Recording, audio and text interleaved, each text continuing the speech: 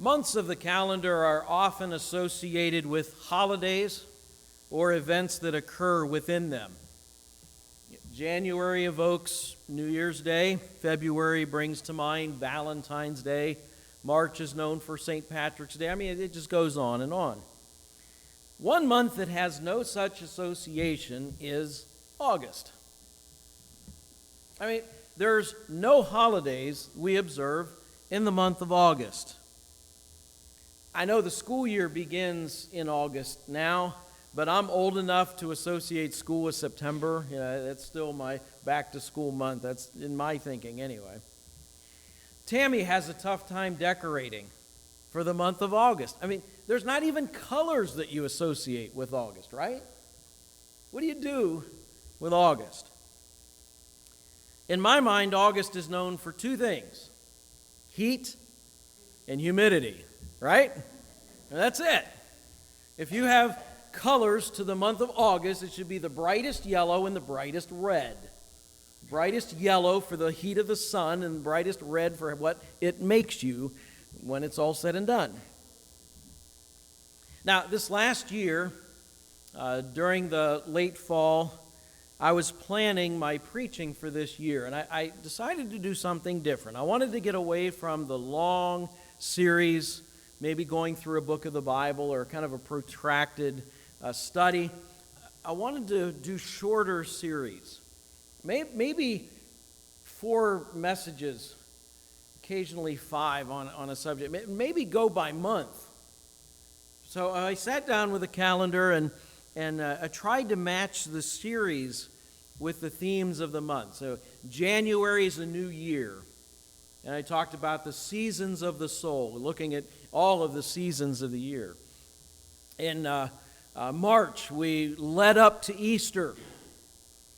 Between Mother's Day and Father's Day, we kind of focused on parenting and passing the torch on to the next generation. July, we highlighted freedom and what our Christian liberty is all about. Once again, what do you do with August? And the phrase occurred to me, when the heat is on. And immediately I thought of the story in Daniel of Shadrach, Meshach, and Abednego. I mean, you talk about the heat being on. They were told, you're going to bow to this idol or you're going to be cast into a fiery furnace that was then made 7 times hotter. Sounds like August to me, doesn't it? And then as I looked at the book of Daniel, I realized that in the first half of the book, you find not just that story, which we will get to in another message, but several instances where Daniel and his friends were really on the hot seat. They were put in situations where their faith was under fire. And so, for the next few weeks, we're going to look at the book of Daniel, the stories that are recorded there, and what we can learn about how God's people respond when the heat is on. Not so much on the thermometer, but the heat of pressure. Whether that's peer pressure, governmental laws and rules, societal stigmas. What do we do when the heat is on our faith? Now, as I think about it, last month would have probably been more appropriate, as hot as it was. Of course, it cools off in August. When does that ever happen? Hey, it's God's way of saying, you're just not as clever as you think you are. That's all right. Daniel and his 3 friends, I think, are well known among a lot of church people, especially if you went to Sunday school, right? If you went to Sunday school, you heard about Daniel in the lion's den. You heard about Shadrach, Meshach, and Abednego in the fiery furnace. Maybe if you're a little bit younger, you saw the Veggie Tales, Rack, Shack, and Benny. Remember that one? Okay. They're the stories we know. There's even a children's hymn that we used for our call to worship. The chorus goes, "Dare to be a Daniel. Dare to stand alone. Dare to have a purpose firm. Dare to make it known. Now, honestly, that's a song I did not learn when I was growing up Sunday school. I don't know why. It's a good song. Song we don't sing much anymore. I don't have the high voices some of those boys did on that video, so we'll just watch them and hear them do it. But we are all facing similar situations as Daniel did, with a world trying to squeeze us into its mold. How do we resist that? How do we live our Christian life when the heat is on? The first 6 chapters of the book of Daniel record separate accounts of Daniel and his friends in a foreign court. And each of these underscores the main theme, not only of this book, but of really the whole Bible. And that is that God is in control.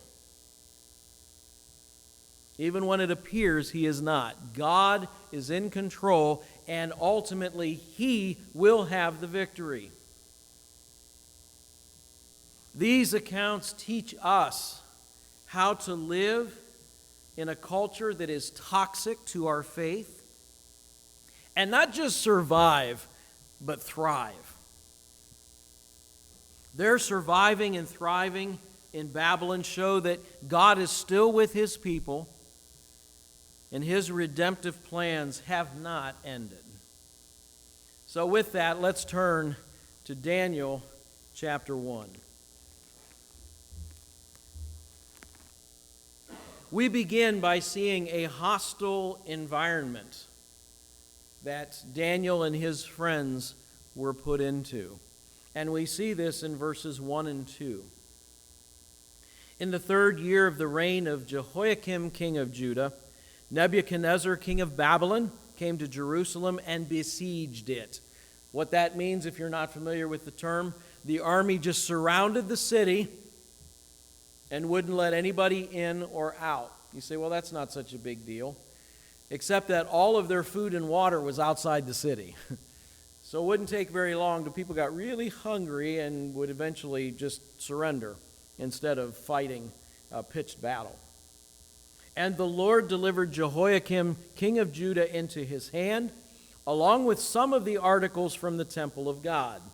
These he carried off in the temple of his God in Babylonia and put in the treasure house of his God. These 2 verses connect the book of Daniel with events in world history. It speaks of the 3rd year of the king of Jehoiakim of Judah. That is the year 605 BC. That's when this book begins. Now, when we add Daniel along with the other books of the Old Testament, we see that the conquest of Jerusalem by Babylon didn't happen all at once. It happened in 3 stages. This is stage 1. In 605, Nebuchadnezzar came. He took the king of Judah. As we're going to see, he took some of the royal family and the nobility, what we would call the best and the brightest. He took the young men who had a lot of potential. They were smart.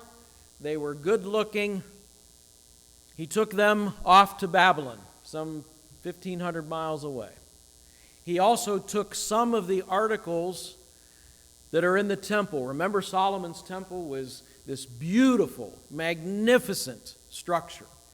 Everything in it was made out of gold and marble and precious stones.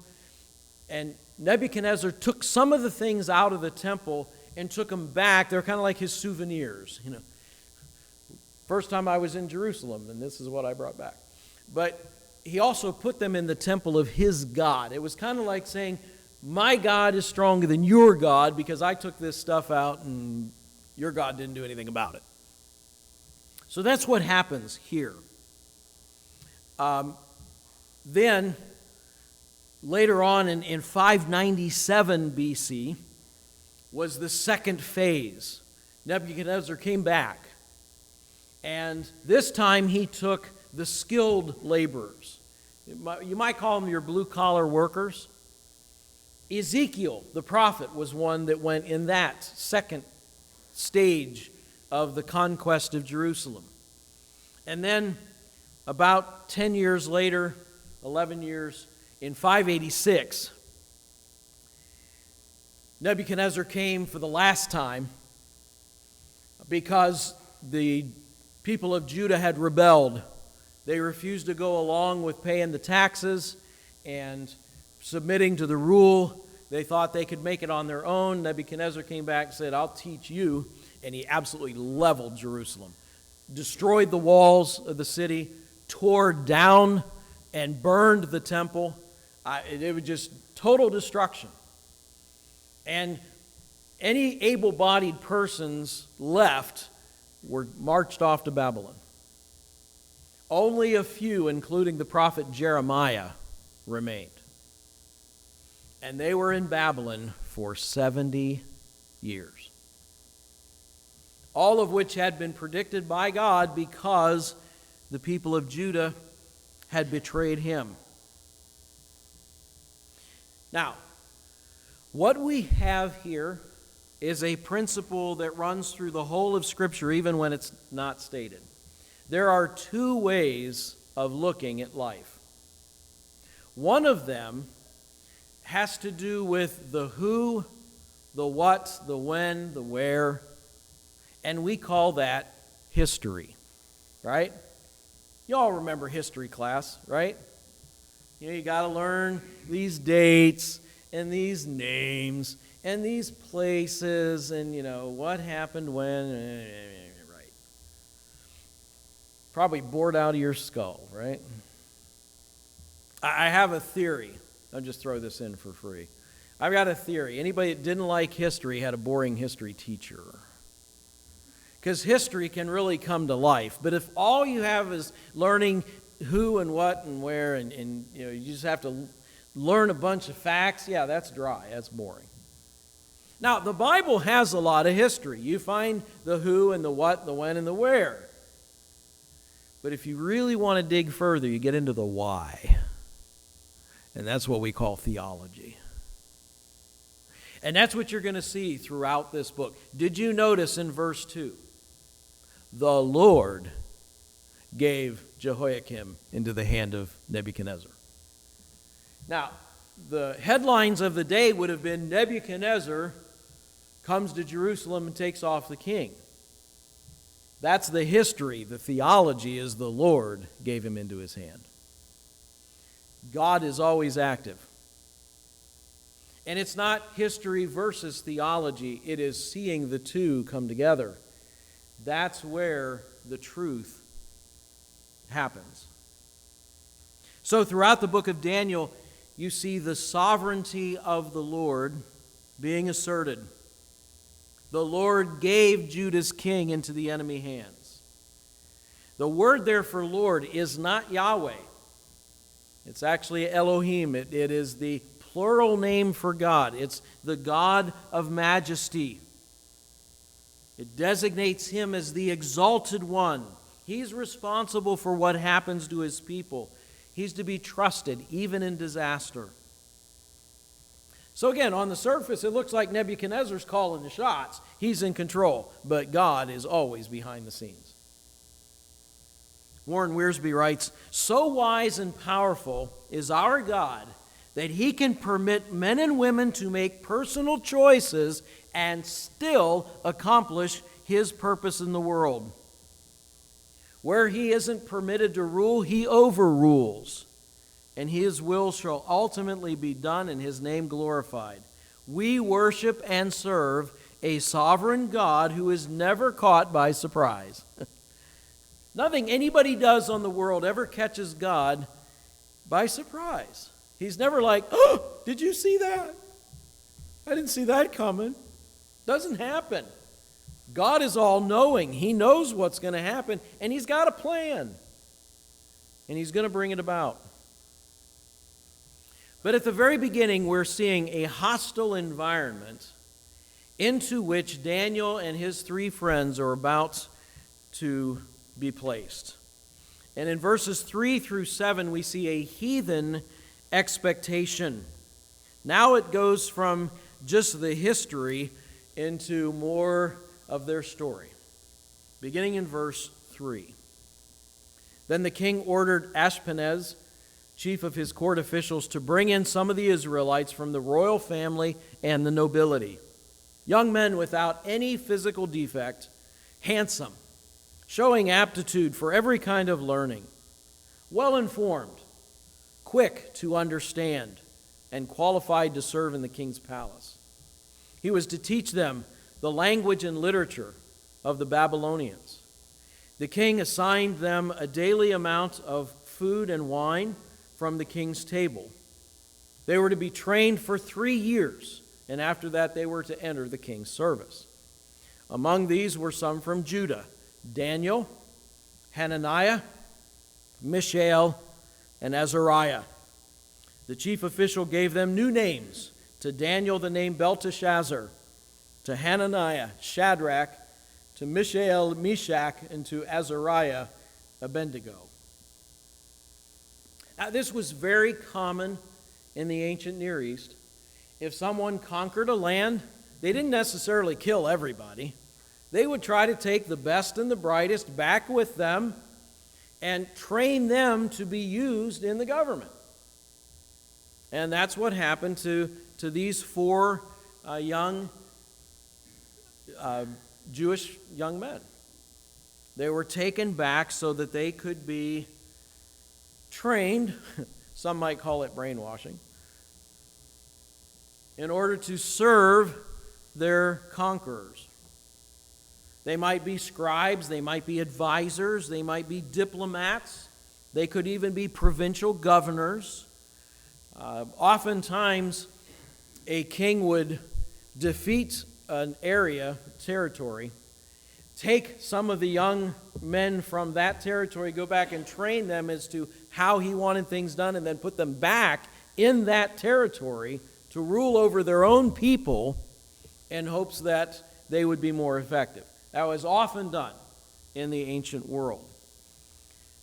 And so that these skills would benefit the Babylonians, not the enemies of the Babylonians. One commentator writes, Nebuchadnezzar was not the last leader to see the value of infiltrating colleges and universities to find candidates for his future service. Yeah, you can just read between the lines there. Now, their education was more than just studying language, literature, and history.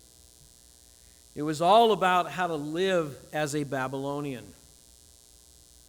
And they were entering a completely alien thought world. Think about that. Everything they had been taught up till this time, and they were probably teenagers. They could be anywhere from, 13 to 15 years old. Everything they had been taught is about to be challenged. They had to be very secure in their knowledge of God and His Word to be able to survive in a situation like that. I'm sure there were many who just went along with it. Everything they heard, everything they read, everything they were taught, they just soaked it all in, and pretty soon, they weren't Israelite anymore, they were Babylonian. Oh, they might have looked like an Israelite, they might have still had that DNA, but their thinking had become Babylonian, and Nebuchadnezzar understood that if he could get these young men to think like Babylonians, they would start living like Babylonians. Because what we think is very, very important. In the book of Proverbs, it says, as a man thinks in his heart, so is he. How we think will eventually determine how we act. And that's why the enemy wants to get into our schools. That's why education is so very important. And if you want to look at our present situation, where did a lot of the things that are coming to fruition now begin? They started in the state universities. They started in the public schools. Why? Because that's where the future is.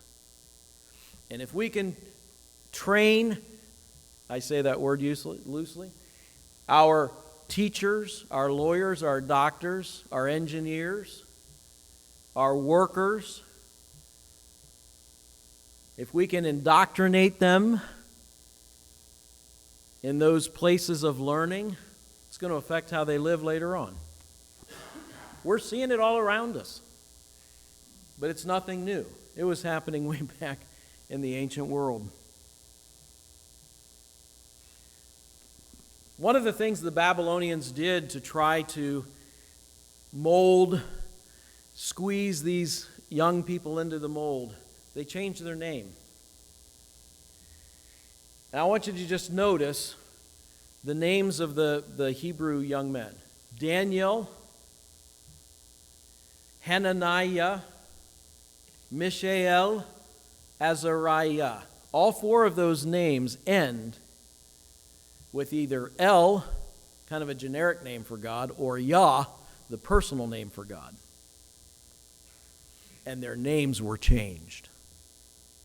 And the four names they were given all reflect Babylonian gods. They're changing their identity, or at least they're trying to. They weren't successful, as we're going to find out. But that's the attempt. We're going to change your name. We're going to change your language. We're going to change your culture. We're even going to change your diet so that you think, act, and live like Babylonians. These were the heathen expectations on these young men, to become like the culture. To think, to act, to speak, even to eat like a Babylonian. Well, we move on to the bulk of the chapter, verses 8 through 14, in what I'm calling a holy experiment. This is really the crux. This is where I think the lesson of Daniel chapter 1 is found, in these verses. Beginning in verse 8. But Daniel resolved not to defile himself with the royal food and wine. And he asked the chief official for permission not to defile himself this way. Now God had caused the official to show favor and sympathy to Daniel. But the official told Daniel, I'm afraid of my lord the king, who has assigned your food and drink. Why should he see you looking worse than the other young men your age? The king would have my head because of you. Daniel then went to the guard whom the chief official had appointed over Daniel, Hananiah, Mishael, and Azariah. Please test your servants for 10 days. Give us nothing but vegetables to eat and water to drink. Then compare our appearance with that of the young men who eat of the royal food, and treat your servants in accordance with what you see. So he agreed to this and tested them for 10 days. Daniel and his friends are under intense pressure. Their consciences, educated by God's word and devoted to it, they were under attack. The pressures to conform were intense. Now, I'm sure there were other Jerusalem-born young men like themselves who laughed at their sensitivities. Oh, come on. We don't live there anymore. We don't have to follow those dietary laws. We don't have to worry about that stuff. When in Rome, well, they didn't have Rome back then, but hey, when in Rome, you do what the Romans do. Come on. But it says in that first verse, Daniel resolved not to defile himself. Daniel made up his mind. Instead of allowing the surroundings to tell him how to think, he made up his mind for himself. And may I just insert here, what we need in the kingdom of God today in America is for Christians to start thinking. You know what our favorite pastime is in America?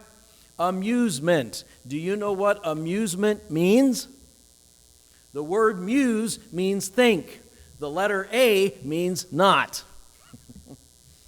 Amusement means not thinking. And that's what we spend most of our time doing, isn't it? We're watching a screen, we're listening to music or podcasts or whatever it is we're listening to, and we're letting everybody else do our thinking for us. I remember way back in the day when I was substitute teaching, and I was teaching 8th grade algebra. Yay. We were learning square roots and, guesstimating it. All that stuff you never use when you get out in real life, that kind of thing. And I remember I had a thing on the chalkboard, the square root of 381. And the idea was I was teaching them a process of go to something and then kind of work your way to the answer. But immediately, one of the students popped off 19, which happened to be the right answer. And I'm looking, and I'm like, what's under your desk? Sure enough, pulls out a calculator. All he did was type in, 381 or whatever the number was, square root, and it comes up 19. And I remember walking over, taking that calculator, showing it to the class, and saying, this is why the Japanese are smarter than you. Because instead of learning how to think, you're letting this thing do your thinking for you. This is why we're 19th in the world in math. Back then, probably 39th now.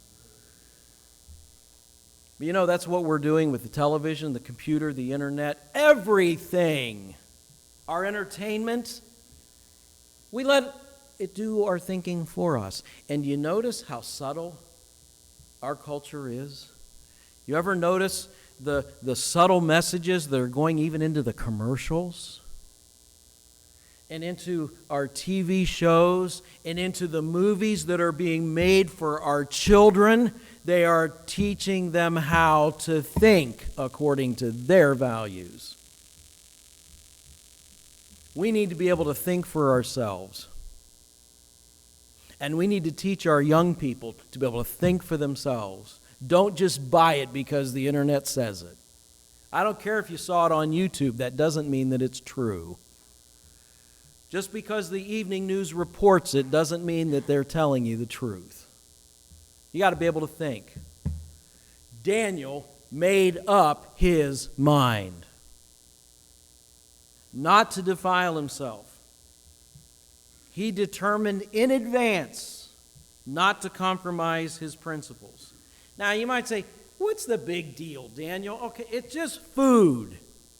Or does it really matter? Well, to Daniel it did. Some have tried to say, well, it's against the dietary laws, Well, the wine wasn't.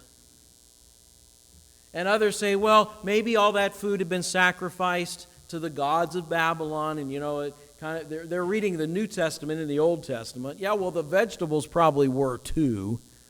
I think this was just one place where Daniel says, I can take a stand, and I'm going to. I'm not giving in. Even if it seems insignificant, I'm going to make a stand. He resolved not to defile himself. I think probably the best explanation was he didn't want to become so dependent on the government that he had to rely on them for even his food. So he was saying, I'm going to think for myself for a change. Romans 12:2 says, do not conform any longer to the pattern of this world, but be transformed by the renewing of what? Your mind. I like the way J.B. Phillips renders this. Priceless. Do not let the world around you squeeze you into its own mold, but let God remold your minds from within. See, that's the difference. Pressure from the outside wants you to conform. Be like us. Dress like us. Talk like us. Eat like us. Act like us. Think like us. That's the pressure from the outside. But God wants to change us from within. That word, be transformed, in the original Greek, it's a word from which we get metamorphosis. Where that ugly caterpillar turns into a butterfly. That's what's happening for the Christian. We're being changed from the inside out. The world is trying to change us from the outside in. And the key is to not be a conformer, but to be a transformer. Now that's something you can teach to your kids. They know about transformers. We need to be transformers, not conformers. Not becoming like everything else, just a cookie cutter cutout. We need to be changed from the inside out. God used Daniel and his friends to transform the minds, even of powerful rulers, to bring glory to him, even in a pagan land. But here's the lesson. This is really what I want you to get from this. Notice how they did it. Daniel came up with a creative alternative. He didn't throw a hissy fit. He didn't get violent. He didn't go burn down a building. He didn't lead a violent protest. He came up with a creative alternative. And he said, let's try this. He was not one of those who believed that firmness of principle always means you're stubborn and pig-headed. And we've got some Christians that need to learn that lesson too. We can stand up for what's right without stooping to their tactics. And we need to. When the heat is on, we need creative alternatives. We must ask God for the courage to face the problem honestly and humbly, the wisdom to understand it, the strength to do what He tells us to do, and the faith to trust Him with the rest. Our motive must be the glory of God and not just an escape. A lot of us get in the heat of a situation, we're like, how can I get out of this? What we should be saying is, what can I get out of this? What is God trying to do? And remember, Daniel and his friends are probably teenagers at this point. A lot of us older people don't put a lot of stock in teenagers, right? These are teenagers who made a courageous stand for God. I mean, think about this. Could you imagine a group of junior high kids or maybe high school kids that are kidnapped and taken back to Moscow and told, you're going to learn Russian, you're going to learn our ways, you're going to learn socialism, you're going to learn communism, and they're standing up and saying, no, we're not. How about if those same group of kids were taken to Tehran and said, you're going to learn Islam, you're going to learn the Quran, you're going to do things our way or else, and they stand up and say, no, we're not. That is a lot of courage, and that shows a lot of faith. How do you pass a test like this without cheating? Well, it takes inner conviction. It requires making a decision up front. It requires thinking for yourself. You need to say to yourself, no matter where I am, I will walk with God. And when you do that, you will see God honors it. And that's where we close, with an honored endeavor. An honored endeavor. Beginning in verse 15. At the end of the 10 days, they looked healthier and better nourished than any of the young men who ate the royal food. So the guard took away their choice food and the wine they were to drink and gave them vegetables instead. To these 4 young men, God gave knowledge and understanding of all kinds of literature and learning, and Daniel could understand visions and dreams of all kinds. At the end of the time set by the king to bring them in, the chief official presented them to Nebuchadnezzar. The king talked with them and found none equal to Daniel, Hananiah, Mishael, and Azariah.